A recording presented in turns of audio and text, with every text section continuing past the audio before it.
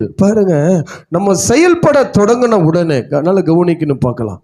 கர்த்தர் அங்க சொன்னாரு, நீ பொத்தலான பையில போற, திரளா விதைக்கிற, ஒன்றும் பெரிய ஆசீர்வாத திருப்தி இல்லை, சம்பூர்ணம் இல்லை, இதெல்லாம் உனக்கு இருக்குது, இதெல்லாம் இருக்குது.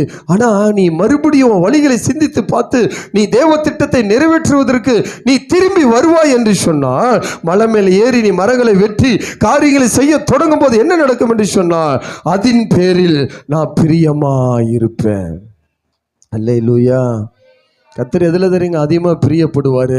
நான் ஒரு திட்டத்தை செய்யும் போது, நான் ஒரு சித்தத்தை செய்யும் போது, சூழ்நிலையை பார்த்துக்கிட்டு இன்னும் ஏற்ற காலம் வரல, இன்னும் அது வரல இது வரலன்னு சொல்லுகிற ஜனங்களை பார்த்து அல்ல, எந்த சூழ்நிலையா இருந்தாலும் என் தேவ திட்டத்தை நான் நிறைவேற்றுவேன் என்று சொல்லி அந்த விருப்பமாய் காரியங்களை செய்யும் போது கர்த்தர் சொல்றாரு, அதன் பேர் நான் பிரியமாய் இருப்பேன். அடுத்து அவர் சொல்லி முடிக்கிறார், என்ன சொல்கிறார் என்று சொன்னா, அதனால் என் மகிமை விளங்கும் என்று கர்த்தர் சொல்கிறார். நல்ல கைகளை தட்டி கர்த்தருடைய நாமத்தை மகிமைப்படுத்துங்க.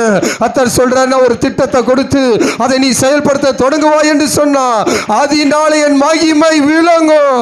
இதுவரை நீ சந்தித்திராத, நீ பார்த்திராத, தேசங்கள் பார்த்திராத, உன் குடும்பங்கள் பார்த்திராத ஒரு மகிமையை நான் வெளிப்படுத்த நான் வல்லமையுள்ள தேவனாய் இருக்கிற. நீ திட்டத்தை செய்வதற்கு நீ ஆயத்தம் என்று சொன்னால் என் மகிமையை வெளிப்படுத்துவேன்.